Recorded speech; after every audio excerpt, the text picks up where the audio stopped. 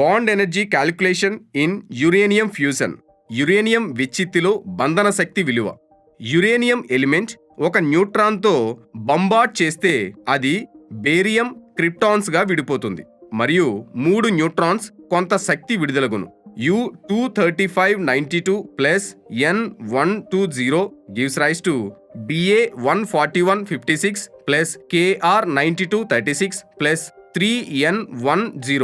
U235 uranium binding energy is equal to 7.59 MeV into 235, that is equal to 1784 MeV. Ba144 barium binding energy is equal to 8.33 MeV into 141 is equal to 1174 MeV. Kr92 krypton binding energy is equal to 8.51 MeV into 92, that is equal to 783 MeV. Therefore, delta E is equal to EBA plus EKR minus EU. Delta E is equal to 1174 plus 783 minus 1784, that is equal to 1957 minus 1784. Delta E is equal to 173 MeV. Binding energy calculation in proton fusion. Proton సంలీనంలో బంధన శక్తి విలువ. ప్రోటాన్ల సంలీనం ఈ విధంగా చూపవచ్చు. H11 plus H11 gives rise to H21 plus beta plus gamma is equal to 0.44 MeV. H21 plus H11 gives rise to He32 plus gamma is equal to 5.49 MeV. He32 plus He32 gives rise to He42 plus H11 plus H11 is equal to 12.9 MeV. 4H11 gives rise to He42 plus 2 beta plus 2 gamma. E total is equal to 2E1 plus 2E2 plus E3, that is equal to 2 into 0.44 plus 2 into 5.49 plus 12.9 is equal to 24.76 MeV. ఏదైనా మూలకం యొక్క బంధన శక్తి. ఉదాహరణకు alpha కణాన్ని తీసుకుంటే అది helium nucleus particle అనగా He42. ఇందులో 2 ప్రోటాన్స్ 2 న్యూట్రాన్స్ మరియు mass number is equal to 4. Therefore MP is equal to 1.0078 AMU, Mn is equal to 1.0087. Helium mass Ma is equal to 4.00260 AMU. ద్రవ్యరాశి లోపం delta M is equal to ZMP plus A minus Z into Mn minus Mn, that is equal to 2 into 1.0078 plus 2 into 1.0087 minus 4.0026. Delta M is equal to 0.03038 AMU. Binding energy is equal to delta M into C square AMU, that is equal to 0.3038 into 931.5 AMU. ద్రవ్యరాశి సంఖ్య 56కు చేరగానే బంధన శక్తి 8.7 MeV గరిష్ట విలువను పొందును.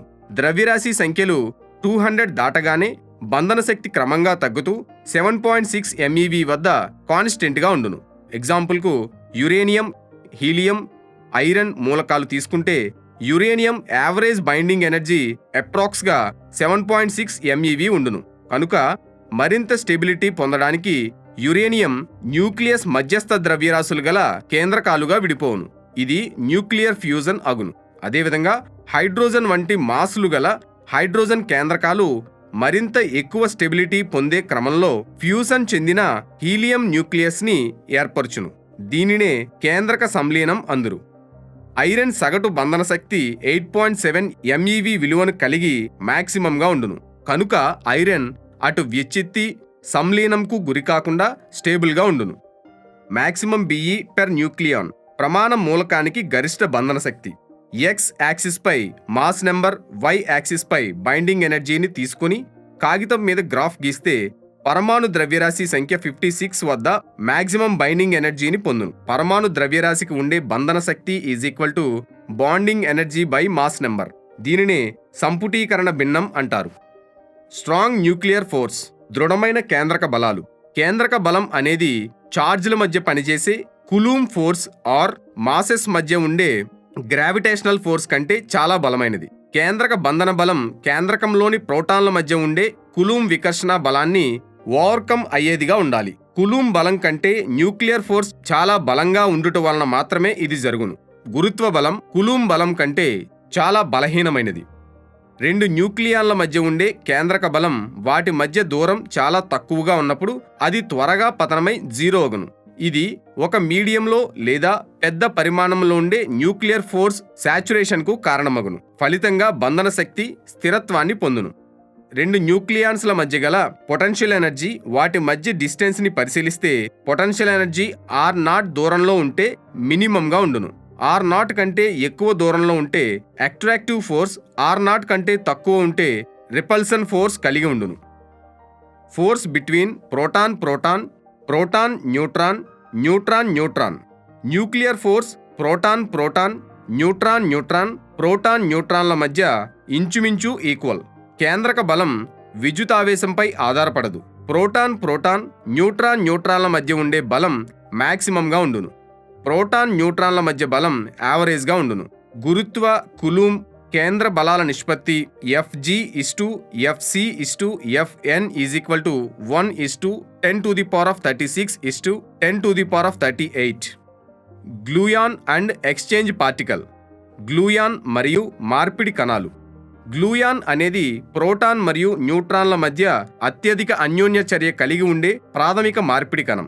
ఇది క్వార్ట్జ్ల మధ్య అధిక బలాన్ని మార్పిడి చేసేందుకు ఉపయోగపడే ప్రాథమిక కణం. ఇవి రెండు చార్జ్డ్ పార్టికల్స్ మధ్య ఉండే ఎలక్ట్రోమాగ్నెటిక్ ఫోర్స్లలో గల ప్రోటాన్లను మార్పిడి చేసే సారూప్యతను కలిగి ఉండును. ఇది క్వార్ట్జ్లలో ఏకీకృతం చేసే హైడ్రాన్స్లు అనగా ప్రోటాన్ మరియు న్యూట్రాన్లను ఏర్పరచును.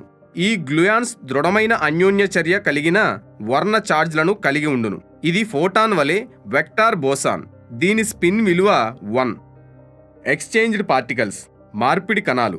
రెండు వేరువేరు పార్టికల్స్ మధ్య అన్యోన్య చర్య ఇన్ఫ్లుయెన్స్ చేసే మిథ్యా కణాలను మార్పిడి కణాలు, ఎక్స్చేంజ్ పార్టికల్స్ అంటారు. కేంద్రకంలో ఉండే ప్రోటాన్స్లను బైండ్ చేసి ఉంచడానికి ఉపయోగపడే మార్పిడి కణాలను పై మెసాన్స్ అంటారు. ఈ సందర్భంలో దృఢమైన బలాన్ని న్యూక్లియర్ ఫోర్స్గా పరిగణిస్తాము.